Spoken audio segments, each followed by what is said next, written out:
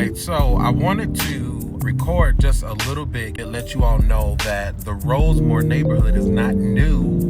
The Rosemoor neighborhood has been a part of the Roseland neighborhood since I think the 1930s, if I'm not mistaken. So I just wanted to drive around. And you probably have driven through this area and not realized that it's Rosemoor. You probably just like, oh, this is Roseland, which technically it is Roseland, but it's a neighborhood within the neighborhood. So yeah, you're about to see a little bit of Rosemoor. If you've never heard of Rosemoor or thought it was just Roseland, you're not alone. A lot of folks in the comments on my last post were asking, what is Rosemoor? Is that new? I thought this was Roseland. So let's clear it up real quick.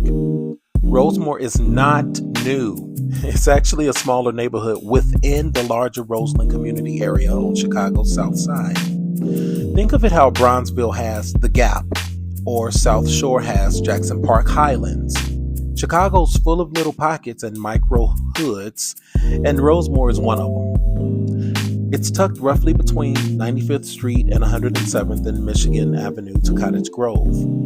The actual Rosemoor community website says it's between 100th Street and 107th Street. You've probably passed through it without even realizing it, especially if you've taken the Metra electric and stopped at 103rd Street. Now, what does Rosemoor look like? It's mostly residential, real Chicago blocks, quiet, tree-lined, neighbors that actually say hi. The homes here, solid, brick, classic style homes. You will see a lot of Georgian style homes, two-story, symmetrical with centered doors and clean brick facades. These are all over Rosemoor, and they give the neighborhood a really distinctive look. Then you've got your Chicago bungalows, rent-style homes, and the occasional 2-flat or 3-flat sprinkled in, some 4 or 5 flats. Most homes have front yards, garages, and even driveways, which you don't always get in denser parts of the city. But let's go back for a second. Rosemoor has history. Development started around the 1930s, and the Rosemoor Community Association, yes, they still exist, it was formed in 1937. That's how invested residents were, even back then. This neighborhood grew as a middle-class enclave for families who wanted space, stability, and strong homes. Many of those families stayed for generations. Many of those families are still in Rosemoor today.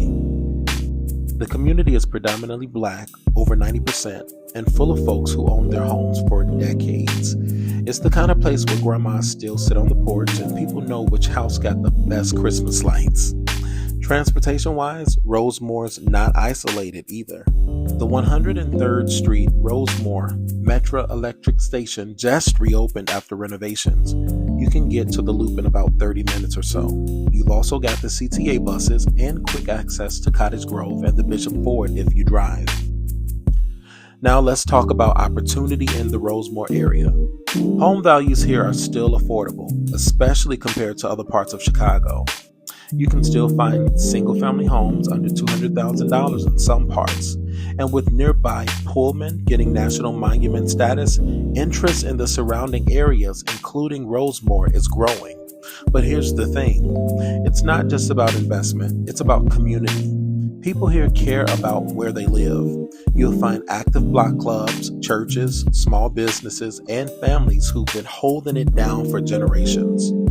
So yeah, Rosemoor is not new, and it's not just some part of Roseland. It's a distinct neighborhood with its own vibe, its own rhythm, and a whole lot of heart. Next time you're riding through or grabbing some wings around 103rd and Prairie, just know you're in Rosemoor, and there's a whole story behind those blocks. Follow me for more neighborhood deep dives, real estate game, and food reviews that taste just like home.